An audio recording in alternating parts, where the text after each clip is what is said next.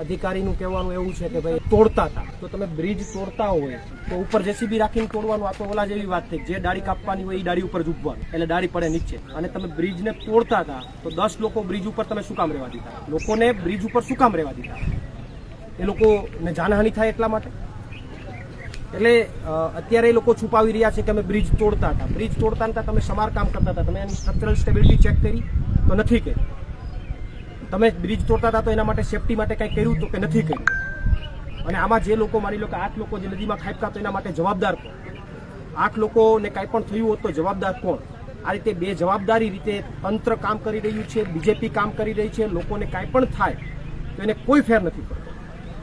અધિકારી એમ કહે કે તોડતા હતા તો તોડતા હતા તો શું ઉપર જેસીબી રાખીને પછી બ્રિજ તોડાય? એટલે જેસીબી પણ નદીમાં જાય, બ્રિજ ઉપર 10 લોકોને ઊભા રાખીને બ્રિજ તોડાય? આ નવી કઈ સિસ્ટમ તમે લઈને આવ્યા? અને અધિકારી આ રીતે જવાબ આપી દે તો કઈ નવી આવી સિસ્ટમ છે કે લોકોને અંદર નાખી દો, બ્રિજ ઉપર રાખી? આવી તો મને લાગે આવી વિદેશમાં કોઈ સિસ્ટમ નહીં કે બ્રિજને તોડવું હોય તો બ્રિજ ઉપર જેસીબી રાખવાનું, બ્રિજને તોડવું હોય તો 20 જણાને બ્રિજ ઉપર રાખવાના એટલે નદીમાં ખાપતું જાય.